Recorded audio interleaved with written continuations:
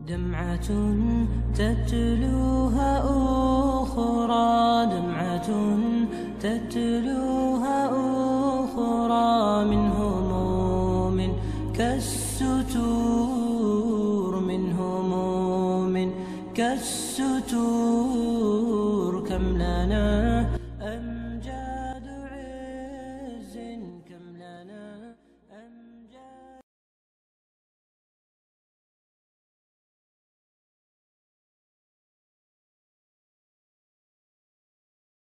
Satu atau dua generasi setelah itu barulah terjadi kiamat besar, kehancuran alam semesta setelah habisnya seluruh orang Islam serentak di bumi. Berarti kita sempat menyaksikan 1, 2, 3, 4, 5, 6, 7 tanda besar kiamat saja. Tanda besar kiamat yang ke-8, yang ke-9 dan ke-10 tidak ada satupun orang Islam atau umat Nabi Muhammad yang nanti akan menyaksikan kejadiannya. Maknanya kita tidak akan pernah menyaksikan kiamat besar, kehancuran alam semesta. Alhamdulillah. Alhamdulillah. Senang Bu? Senang? Iya, amin. Syaratnya kalau seandainya ketika Dajjal keluar, Bapak Ibu selamat mempertahankan iman. Kalau nggak selamat mempertahankan iman, berarti akan menyaksikan tanda besar kiamat yang ke-8, ke-9 dan ke-10. Tapi kaum muslimin yang kami muliakan, nah, 10 tanda besar kiamat ini akhirnya yang kita saksikan hanya tanda besar kiamat yang ke-7, dan ini adalah finish pada umat Islam. Pertanyaan, startnya kapan? Startnya di sini.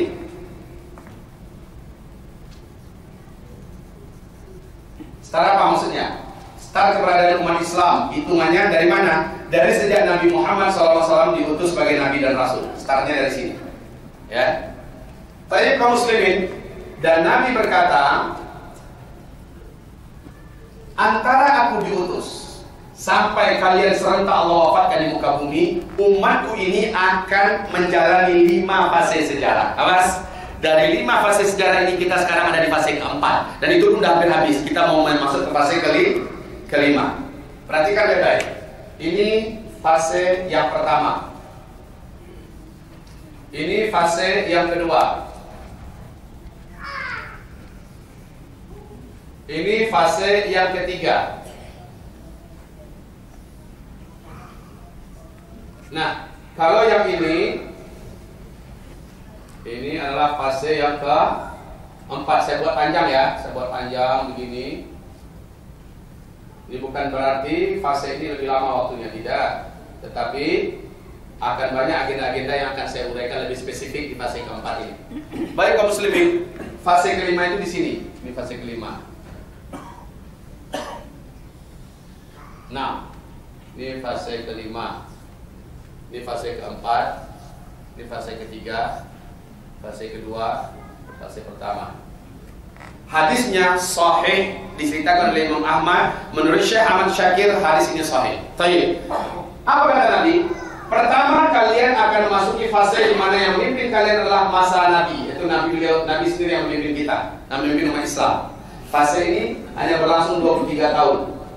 Nabi Muhammad wafat, berakhirlah fase tersebut. 23 tahun ini kan dibagi dua ya. Dibagi dua. 13 tahun Nabi di Mekah, 10 tahun Nabi di Madinah. Ini hijrah. Ya. Dibagi dua. Lamanya 23 tahun. Setelah itu kata Nabi, kalian masuk pada fase kedua, yaitu umat Islam dipimpin oleh para khalifah-khalifah yang menggunakan konsep kenabian. Inilah Khulafaur Rasyidin. Fase ini berlangsung 30 tahun. 30 tahun. Gimana ceritanya 30 tahun? Siapa-siapa yang jadi khalifah di situ, Pak? Abu Bakar, terus Umar, terus Utsman, terus Ali. Sampai di situ. Kalau sampai situ, Pak, baru 29 tahun 6 bulan. Sementara Nabi mengatakan dalam hadisnya 30 tahun. Kemana 6 bulan lagi? Allahu Akbar. Subhanallah, betapa benar sekali kenabiannya Nabi Muhammad. Beliau memegang cucunya yang namanya Hasan. Di depan para sahabat Nabi berkata, cucuku ini nanti di tangannya akan bersatu kalimat kaum muslimin yang terbelah dan terpecah. Di tangan cucuku ini. Mas sambil memegang Hasan. Ternyata setelah Ali bin Abi Thalib meninggal dunia, para ulama dan kaum muslimin sepakat membaiat Hasan bin Ali untuk menjadi khalifah berikutnya. Kondisi umat Islam ketika itu sedang terpecah besar, terpecah dua. Blok sebelah timur pusatnya di Madinah Al-Munawwarah, blok sebelah barat pusatnya di Damaskus, Syria, yang dipimpin oleh Muawiyah bin Abi Sufyan. Sementara yang di Madinah dipimpin oleh Ali bin Abi Thalib. Ketika Ali terbunuh tepat 29 tahun 6 bulan, umat Islam membaiat Hasan bin Ali. Hanya dalam 6 bulan Hasan berpikir cerdas bagaimana cara bisa mempersatukan kembali umat. Maka dengan sangat gentle, dengan sangat bijaksana, beliau akhirnya mendapatkan kesepakatan kaum muslimin untuk menyatukan barisan umat Islam. Ketika itu kekhalifahan diserahkannya secara mulia dan terhormat kepada Muawiyah bin Abi Sufyan. Sejak hari itu pusat kekhalifahan Islam berpindah ke Syria, ke Damaskus, Syria. Pas 30 tahun. Allahu Akbar. Ini salah satu kenapa orang Syiah agak geram dengan Hasan, sehingga dipopulerkan oleh mereka hanya Husain saja. Husain, ya Husain, ya Husain. Kenapa Hasan enggak? Hasan dianggap sudah berkhianat. Tayyib kaum muslimin. Selesai. Nah, kalian akan masuk pada fase ketiga kata Nabi. Yang memimpin umat Islam adalah para khalifah-khalifah yang menggunakan sistem kerajaan. Nah, sejak Muawiyah naik, pusatnya di Damaskus. Sejak itu Muawiyah menggunakan sistem kerajaan. Gelar tak khalifah, tapi apabila sang khalifah meninggal, langsung penggantinya ahli warisnya. Ini udah sistem kerajaan enggak? Iya. Tapi kaum muslimin ini paling lama, ternyata 1227 tahun.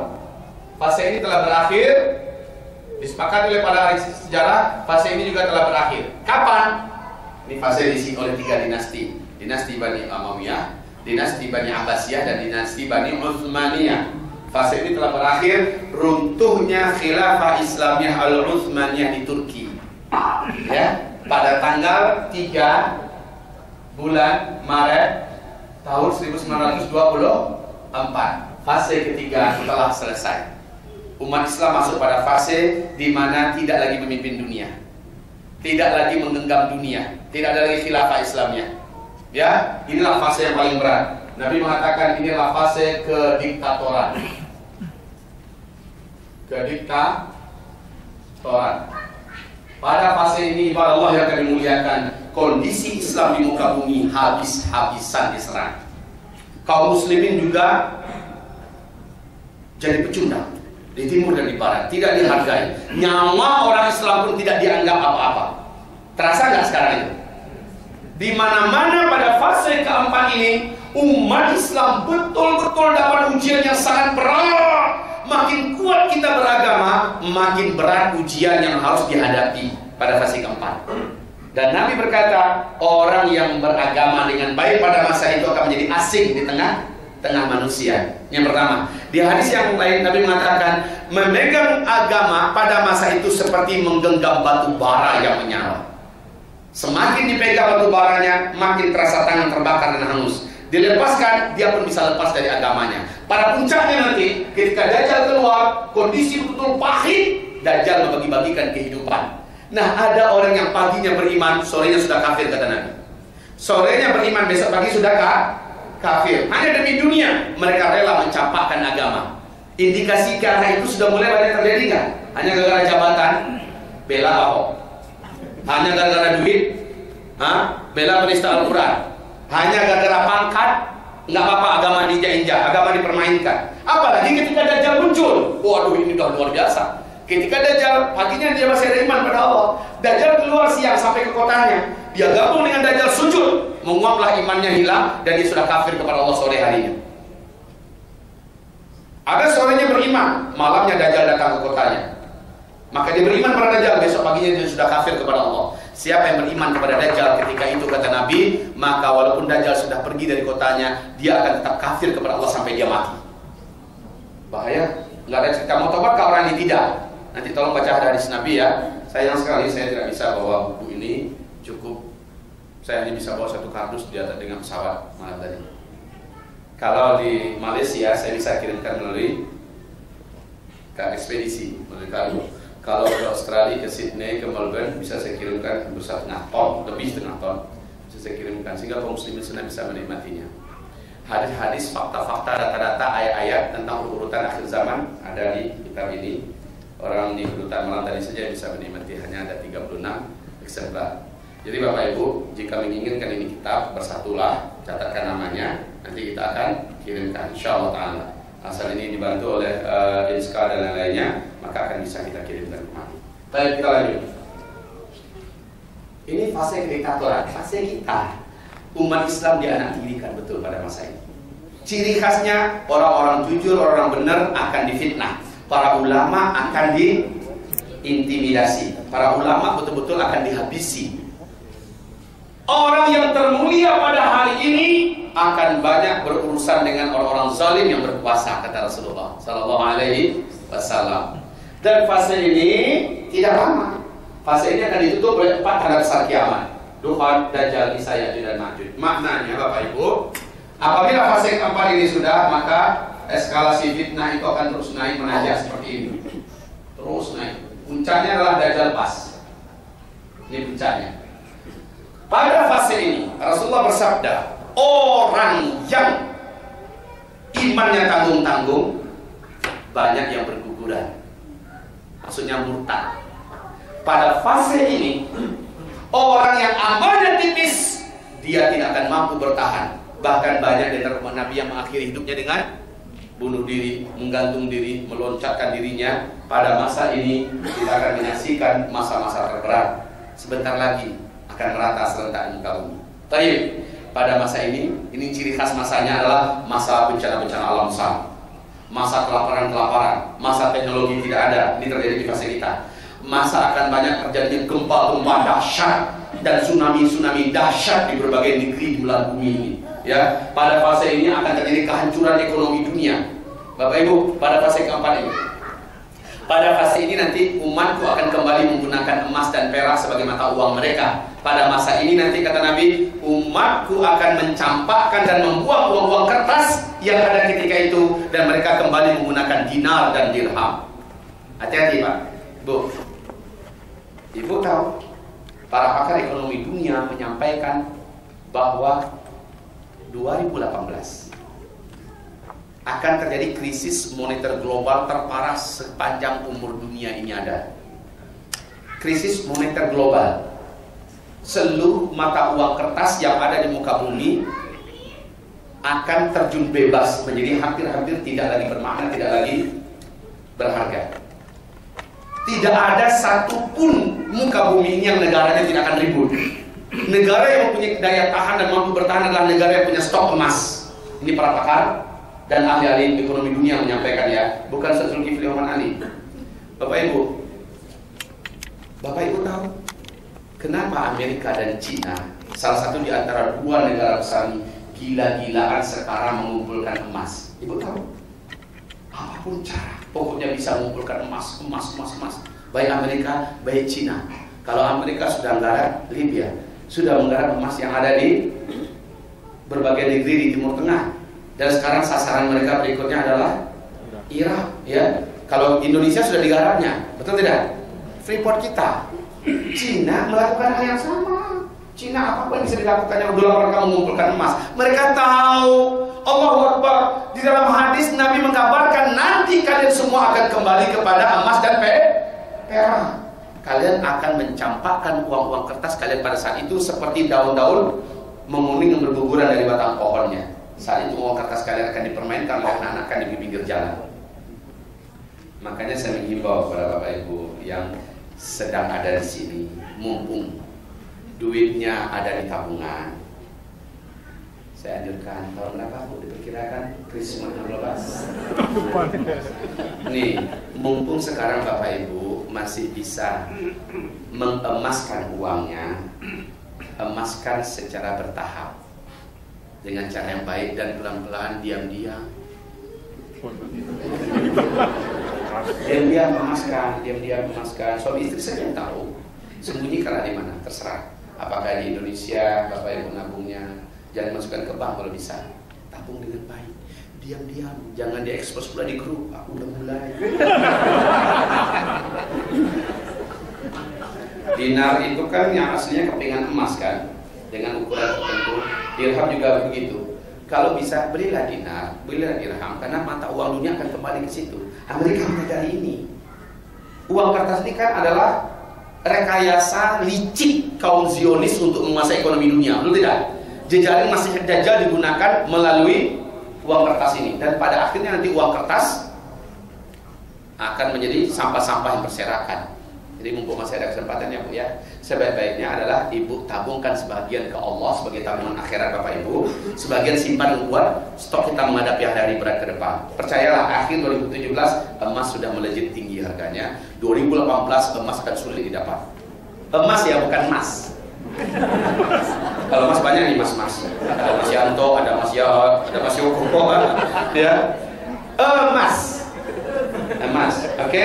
Simpannya diam-diam suami istri, diam-diam pelan-pelan, berangsur-angsur bertahap-tahap. Bu, saya menyampaikan ini, sebenarnya teman-teman kita di Bank Indonesia gerah Bu, karena saya ngajak umat Islam bukan rush money ya, saya ngajak tolong secara bertahap, dengan diam-diam yang baik-baik, diuangkan dalam bentuk emas, simpan. Simpan. Di mana simpan terserah, jangan kasih tahu saya. Sekali lagi jangan diumumkan. Yang mengumumkan insya Allah bakalan dirampok. Jadi itu akan terjadi kan pada fase keempat pasti, karena ada nubuat Nabi yang menceritakan itu. Dan ini juga sudah diumumkan kan. Apa salahnya kalau orang-orang negara besar saja mempersiapkan diri, kenapa kita tidak? Saya khawatir Bapak, pencarian Bapak yang berpuluh-puluh tahun di sini, belasan tahun, ketika terjadi krisis moneter global, Bapak tidak bisa narik uang, kasihan sekali. Sebaiknya dengan bijaksana lakukan sekarang. Saran saya setengahnya pulangkan kepada Allah sebagai tabungan dunia akhirat Bapak Ibu, dan setengahnya lagi pakai untuk persiapan akhir zaman. Udah percaya nggak nih belum? Oh kita di akhir zaman. Hah?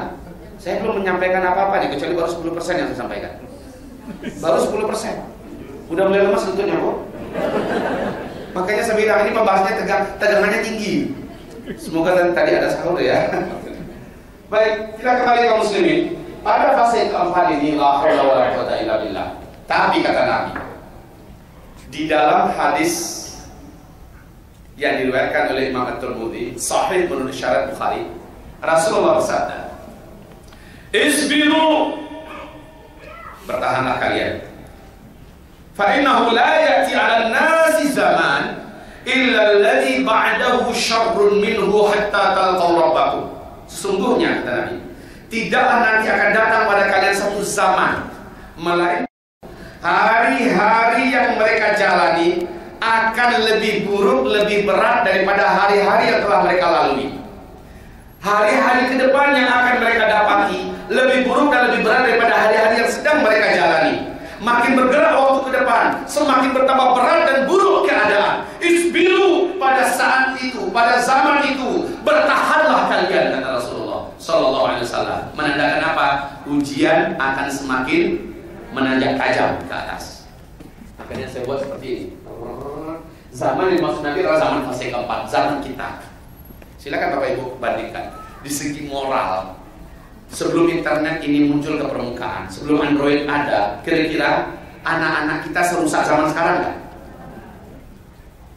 10-20 tahun yang lalu Pak, nggak kayak gini banget. Sekarang Masya Allah anak SD sudah mengerti tentang masalah hubungan seksual, sudah mengerti tentang masalah. Anak SMP sekarang Pak, baru pas 1 SMP, masih cabe-cabe, sudah membuka jual beli diri secara online. Ya Allah, taman SD sudah melakukan hubungan intim di depan kawan berganti-gantian. Taman SD sekarang ini jelek, luar biasa jelek. Moral sudah hancur. Pendidikan juga, coba dengan pendidikan sekarang, pendidikan dulu. Pendidikan sekarang ya Allah, tawur-tawuran, kelahi sana sini, melakukan ngisep ganja dan apa saja jenis kejahatan dibuat oleh anak sekolah sekarang. Pendidikan sekarang hancur. Makanya sekarang orang beriman pasti akan tertarik anaknya di pesantrenkan, ya kan? Anaknya tertarik untuk ditahfizkan. Sekarang saya lihat ada geliat yang luar biasa khususnya di Indonesia. Dan saya yakin Bapak dan Ibu yang ada sekarang ini dibandingkan 10 tahun yang lalu, 20 tahun lebih kuatan agama yang sekarang dari dulu. Saya yakin karena perubahan ini menggeliat seluruh dunia sekarang. Di Australia Pak, waktu saya mengisi di Australia, di Sydney-nya, di Melbourne-nya, di Canberra-nya, saya menyaksikan bagaimana perubahan umat Islam di sana itu luar biasa. Mereka haus Islam dan mereka sangat fanatik dengan Islam. Ukhuwah mereka juga sangat rapat. Perjuangan mereka untuk membela agama di tanah air dan di sana luar biasa. Jor-joran mereka untuk agama Allah sudah nggak mau timbang-timbang. Ini kalau ini memang disebarkan ke YouTube, saudara kita di Sydney dan Melbourne akan mendengarkan ini. Saya membeli tanah pertama untuk pesantren, Bapak Ibu, dibantu oleh Sydney. Satu kali datang saja lebih di angka 500 juta. Kaum muslimin kita orang Indonesia di sana. Kayak kita ini, subhanallah, betapa spontannya mereka. Dan itu bukan hanya ke saya, datang ulama kita yang lain, apa yang mereka bisa bantu, mereka akan bantu, subhanallah, Pak. Jadi ada kebangkitan yang dahsyat di Eropa juga. Teman-teman saya yang ada di London memberitahu perkembangan yang ada sekarang. Tapi kaum muslimin, fase keempat ini, walaupun fasenya makin carut marut, ekonomi makin hancur di sini, alam makin kacau dan makin banyak bencana-bencana besar di sini. Saya nggak tahu, Bapak Ibu siap atau nggak mendengarkan informasi dari informasi saya berikut ini? Siap nggak? Ya Rabb, semoga Allah kuatkan hati Bapak Ibu dengarnya ya. Bu, di Amerika sekarang sedang digencar dan dilakukan simulasi penyelamatan terhadap bencana-bencana alam besar sekelas gempa dan tsunami. Sebab apa? Pertengahan 2016, Keshe Foundation, sebuah lembaga penelitian alam dan bencana-bencana besar ke depan, non-profit yang berpusat di Belanda dan Belgia, yang didirikan oleh Dr. Mehran Kafatoli Keshe. Beliau adalah seorang guru besar di University of London. Beliau mengumumkan bahwa 2017 bumi ini akan mulai mengalami gempa-gempa maha dahsyat yang skalanya dari 10 sampai 16 skala Richter. Kekuatan gempa itu. Negara pertama 2000 berapa katanya tadi? Negara pertama yang mengalami gempa sedahsyat itu adalah Amerika Serikat katanya. Tunggu dulu.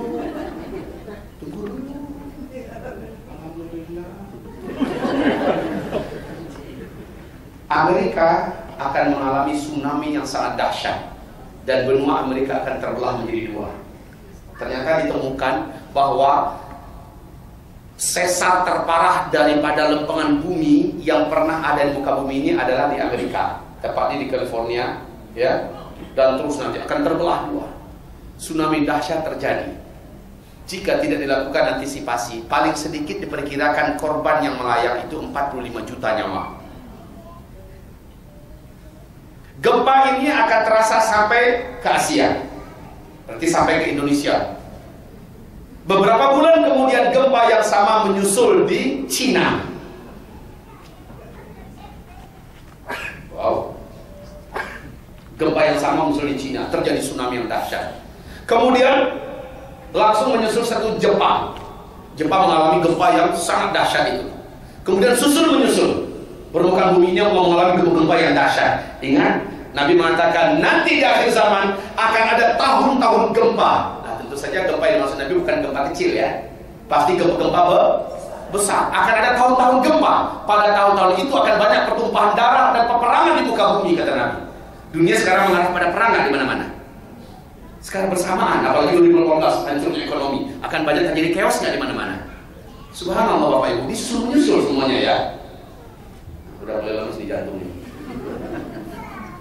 La haula wala quwata illa billah. Baik Bapak Ibu yang kami muliakan. Dan Nabi mengatakan, Nabi Muhammad SAW mengatakan, pada tahun-tahun gempa itulah Al-Mahdi nanti akan dibaiat oleh umat Islam di depan Ka'bah. Siapa itu Al-Mahdi? Al-Mahdi adalah keturunan kandung Nabi Muhammad yang mempersatukan umat Islam di akhir zaman. Beliaulah yang nanti akan menjadi khalifah di fase kelima. Jadi Imam Al-Mahdi. Al-Mahdi ketika menjadi khalifah, dia hanya menjabat sebagai khalifah 7 tahun saja, lalu beliau meninggal dunia di sini. Kapan beliau dibaiat? Saat Dukhan sudah terjadi. Jadi ketika Dukhan terjadi, di sini Al-Mahdi dibaiat di depan Ka'bah. Di usia 40 tahun. Nabi mengatakan Al-Mahdi ini keturunan kandungku dari Hasan bin Ali. Dari Hasan ya. Sementara Syiah mengklaim dari Husain bin Ali. Para ulama Ahlussunnah wal Jamaah mengatakan dari Hasan bin Ali Al-Mahdi. Nah, Al-Mahdi ini kemunculannya ada beberapa tanda alam yang menyertai kemunculannya. Salah satunya saya sebutkan tadi, susul menyusul. Salju turun di Arab. Kan kata Nabi ketika Al-Mahdi muncul, walaupun kalian merangkak di atas salju, kalian harus datang kepadanya, berbayat kepadanya, dan berperang di belakangnya. Kan begitu kan? Berarti Arab harus diturunin salju dulu. Sekarang salju sudah turun. Banyak tanda-tanda di sini. Mengeringnya Sungai Frat salah satu di antara isyarat akan munculnya Al-Mahdi. Banyak sekali di sini yang belum, dan saya yakin tidak akan sempat menyampaikannya sekarang. Al-Mahdi muncul. Tapi kaum muslimin yang kami muliakan, dan dialah yang memimpin umat Islam ketika dia lemah menghadapi Dajjal dan Isa turun, Dajjal pun dibunuh. Isa bergabung dengan Al-Mahdi, kemudian umat Islam menghadapi hari berat bersama-sama di bawah kepemimpinan Isa dan Al-Mahdi. Sampai masa-masa aman, Al-Mahdi menegakkan khilafah Islamiyah lagi. Khilafah dengan konsep kenabian berlangsung di sini. Masa khilafah di bawah pimpinan Al-Mahdi ini, masa-masa aman ini, di masa-masa aman Bapak Ibu ya, masa aman. Masa-masa aman ini tidak lama. 7 tahun di sebuah hadis, 8 sampai 9 tahun paling lama. Subhanallah.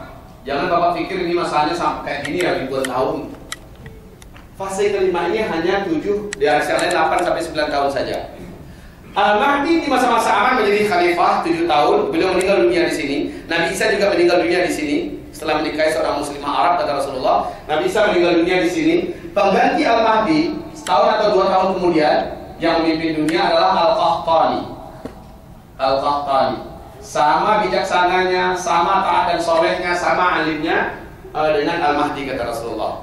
1 atau 2 tahun terjadi tanda besar kiamat yang ke-7, seluruh umat Islam serentak wafat di muka bumi.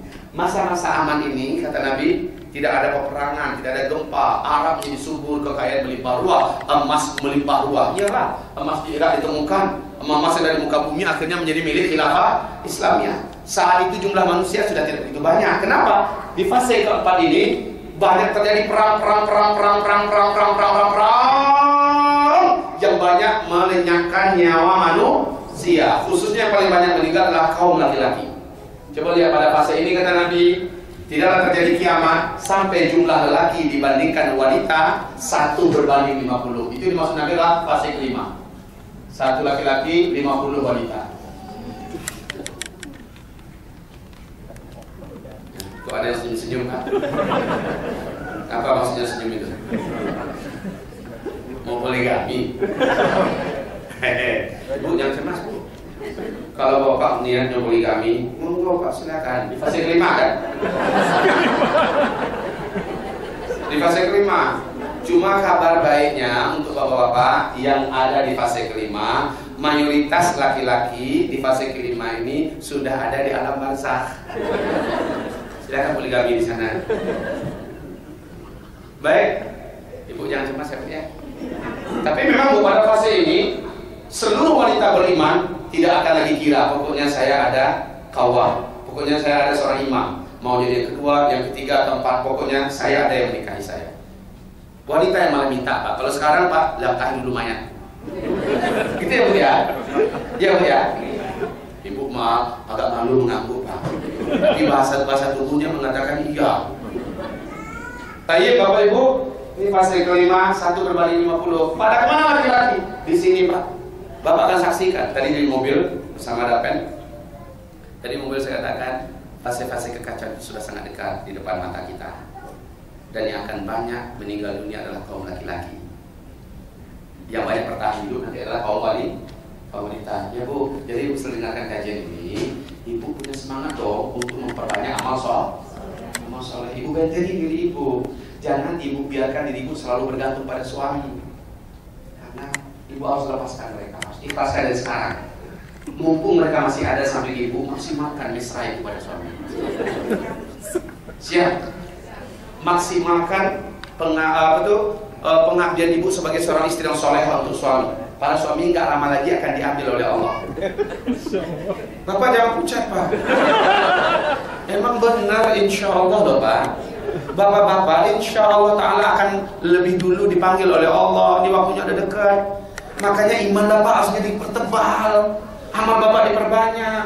Silakan Bapak kerja, tetapi apapun yang Bapak dapatkan dan pekerjaan dibagi 2. Setengah untuk akhirat Bapak, setengah untuk persiapan duniawi yang sebentar akan kacau. Begitu yang benar. Ya, jangan bakil-bakil nimbang-nimbang duit, hitung-hitung duit, susah aku masa diinfakkan. Infak itu buat siapa? Buat bapak, buat akhirat bapak juga. Ini nanti akhir pengajian saya akan minta dana nih loh. Siap-siap nih. Hah? Bapak Ibu yang kami muliakan, saya saat menyampaikan ini agar bapak yang ada di sini, ibu-ibu yang ada di sini, mempunyai energi dan semangat yang sama buat memperbaiki diri, memperbanyak amal soleh. Tapi jangan berhenti kerja. Ini catatannya, jangan berhenti kerja. Karena itu salah. Mengambil sikap saya mau pulang ke Indonesia, resign. Kenapa? Udah mau kiamat. Enggak. Nanti malah saya bakar semangat Bapak Ibu agar lebih semangat di hidupnya ke depan. Tetapi melakukan hal yang lebih berarti, menjadi orang yang lebih soleh dari sebelumnya, menjadi wanita yang lebih solehah daripada sebelumnya.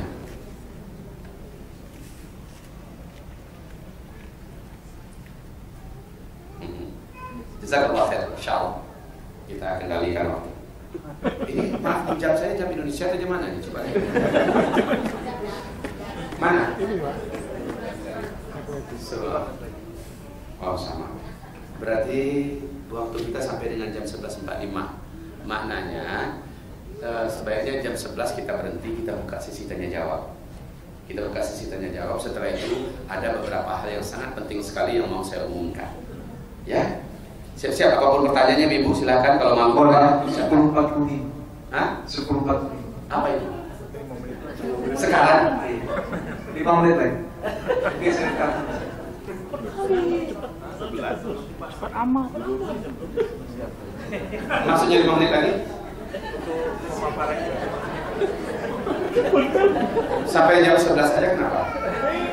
Boleh, Bang. Makasih ya Pak ya. Masalahnya pembahasan ini masih gantung banget. Ya, kalau langsung diputus hanya 5 menit lagi. Alhamdulillah. Baik, kita lanjutkan.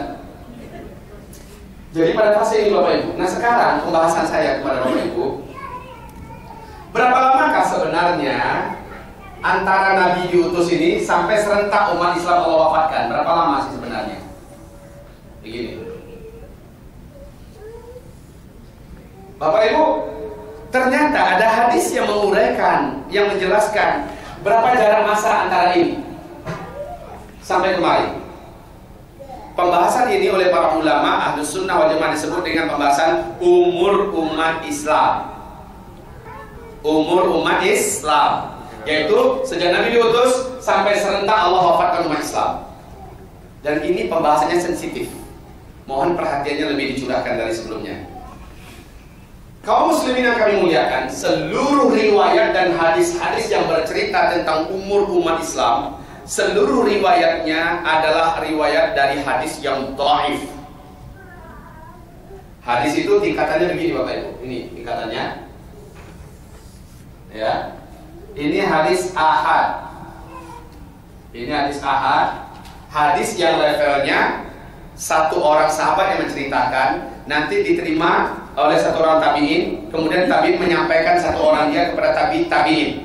Begitulah urutannya, satu orang, maka disebut dengan ahad. Di atas hadis ahad ini namanya hadis mutawatir. Hadis mutawatir. Ini adalah hadis tertinggi. Level hadis mutawatir ini sama kekuatannya dengan level riwayat ayat demi ayat Al-Quran. Mengingkari hadis mutawatir kafir orang itu di tempat. Nah hadis di bawahnya adalah ahad. Hadis ahad ini ada 3 tingkatan. Yang tertinggi namanya hadis sahih. Ini hadis yang tertinggi namanya hadis sahih. Di pertengahan namanya adalah hadis hasan.